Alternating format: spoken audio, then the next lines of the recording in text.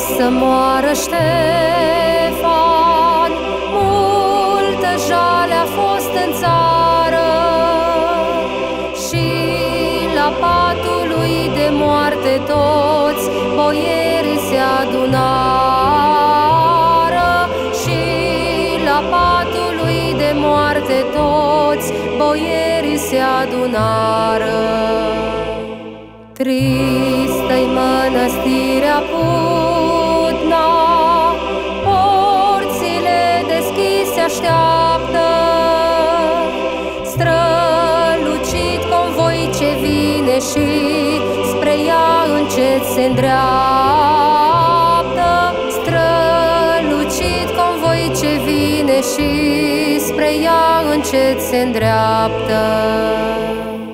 Este Ștefan străbate, cel din urmă drum din țară, dar pe unde trece acum în măreața zi de vară, dar pe unde trece acum în măreața zi de vară. Plânge dealul, plânge valea, plâng pădurile bătrâne, și poporul în hohot plânge, cui ne lași pe noi, stăpâne, și poporul în hohot plânge, cui ne lași pe noi, stăpâne.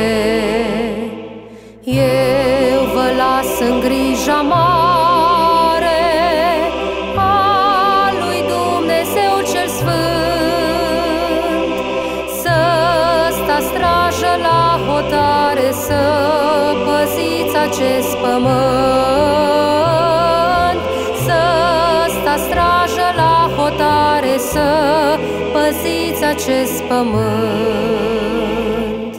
Și de veți vedea că vine vreun dușman nesăbuit,